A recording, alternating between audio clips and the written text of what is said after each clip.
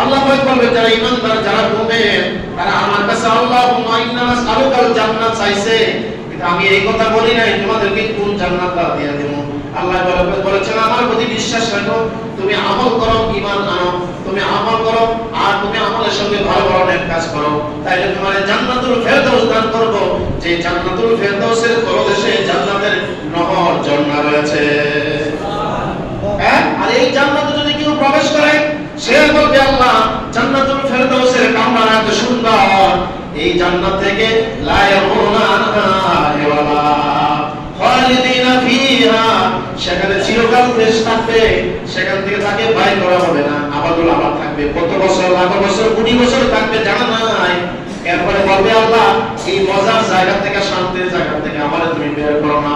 আল্লাহ পাক বলবেন জান্নাতুল ফেরদৌস যারা পাবে তাদের জন্য এটা তাদের ভালো আমলের নেক আমলের সবচেয়ে বড় প্রতিদান।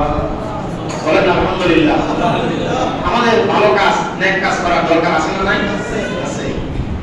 ওমাই ইউমিন ফালাম তাজিদ লাহু ওয়ালিয়াম মুরশিদা, সমস্ত আল্লাহর নিদর্শন আল্লাহ যাকে সম্পদ দেখান সে পায়, তিনি যাকে পথ কষ্ট করেন আপনি কখনোই তার কোন পথ প্রদর্শনকারী অভিভাবক আপনি হবেন না। আর তুমি মনে করো তো ওরা জাগ্রত কিছু, কিন্তু ওরা ছিল নিভৃত অবস্থায়। ওরা কারা?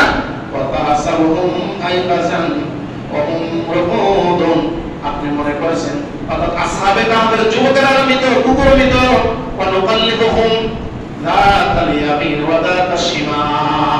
আমি তাদেরকে পরিবর্তন করে দিছি ওদের ডাইন পাশ এবং বাম পাশ। ওয়া তালকুহুম বাসিতুন যিরাইহি বিল ওয়াসিব, আর ওদের সাথে যে সম্মুখে যে পা দুটি প্রসারিত করেছিল, তাকিয়ে ওদের দেখলে যে পেছন ফিরে দেখলাম পলায়ন করলো, ওদের ভয়ে আতঙ্কগ্রস্তে হয়ে পড়লো।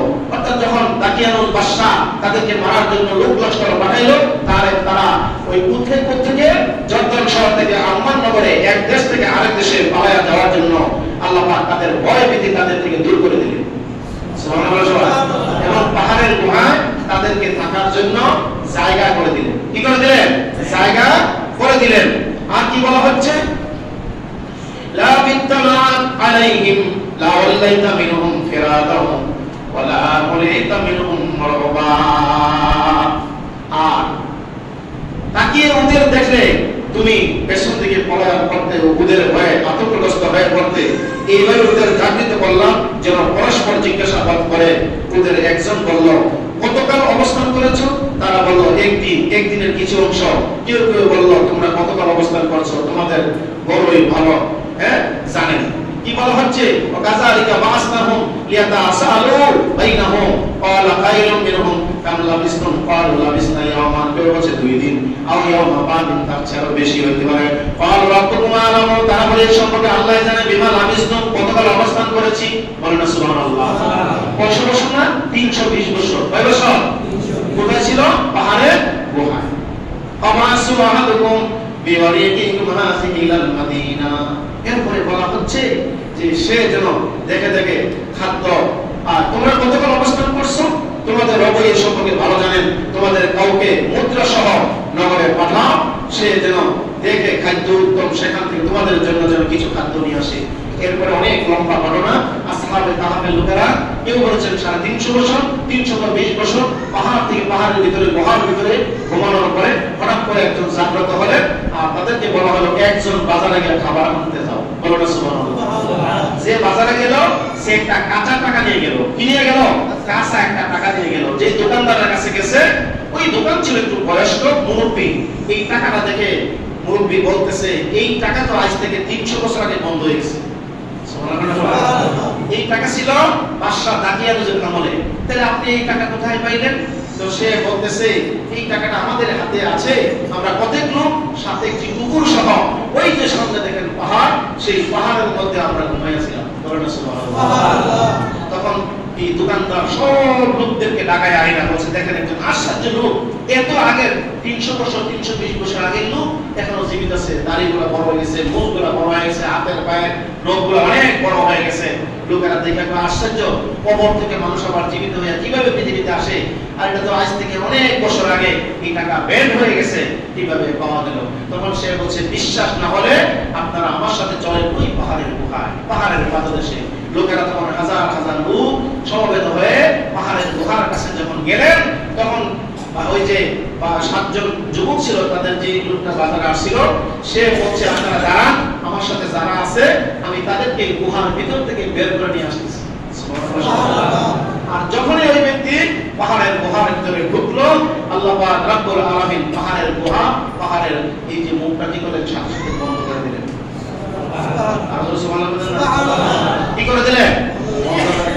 কিন্তু রাখে আল্লাহ, মারে কে? আল্লাহ তো গুহার ভিতরে তাদের খাবার দাবার সবকিছু ব্যবস্থাপনা করতে আছে। এজন্য সূরা কাহাফ জুমার দিন আমরা পড়ব। 1 থেকে 10 নম্বর আয়াত পর্যন্ত যারা জুমার দিন সূরা কাহাফ পড়বে, আল্লাহ পাক তাকে দাজ্জালের ফিতনা থেকে বাঁচায় রাখবে। বলেন সুবহানাল্লাহ। সম্মানিত উপস্থিতি, ইসকন নামে হিন্দুদের বড় শত্রু মুসলমানদের বিরুদ্ধে হয়ে গেছে। আপনারা জানেন, গত জুমার ঢাকা গাজীপুর এক ইমাম সাহেব, এই দাঁড়িয়ে এই পাত্রী, অত্যন্ত ভালো মানুষ, তিনি শুধুমাত্র মুশরিকদের বিরুদ্ধে কথা বলতে গিয়ে ওনার লাশটা, উনি জীবিত আছেন, ওনাকে মানে অজ্ঞাত করে পঞ্চগড়ে গিয়ে ওনার লাশটা হাতে পায়ের মধ্যে শিকল বাঁধা অবস্থা ওনাকে পাওয়া গেছে। আসলে তাকে মেরে ফেলতে পারতো, কিন্তু আল্লাহ পাকের কোনো ইচ্ছা, সে আল্লাহর গোলাম হিসেবে আল্লাহ পাক তাকে বাঁচায় রাখছে। আল্লাহ পাক বলেছেন, আমি যার জিম্মাদার তাকে কেউ মারতে পারে না। হায়াতের মালিক কে? আল্লাহ। মওতের মালিক কে? আল্লাহ। আমরা মুসলমান, আমরা কি মুসলমান? আমরা একমাত্র আল্লাহকে মানি, আল্লাহর হুকুম পালন করি। এজন্য আল্লাহ পাক আমাদেরকে দুনিয়াতে শান্তিতে রাখেন। মুসলমানের সংখ্যা লঘু, যদিও মুসলমানদের সংখ্যা কম হয়, হাসরের ময়দানে আমার নবীর উম্মত হবে বেশি। এবং আমরা দুনিয়াতে অল্প সময়, খানিক সময় দুনিয়াতে আমরা বসবাস করব। নবীজি বলেছেন, কেন আমি এসেছিলাম আর কেন বিদায় হয়ে গেলাম? আমার উম্মত সবচেয়ে কম হায়াত দুনিয়াতে পাবে বলে কবরে গিয়া থাকবো অল্প করে।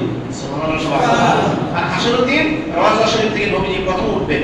নবীজি বলেছেন, জান্নাতে যখন আমি যাব, আমি আমার উম্মত না যাওয়া পর্যন্ত কোন নবী পয়গম্বর তাদের উম্মত জান্নাতে যেতে পারবে না। জোরে বলুন আলহামদুলিল্লাহ। ওই নবীর উম্মত হওয়ার দরকার আছে না নাই?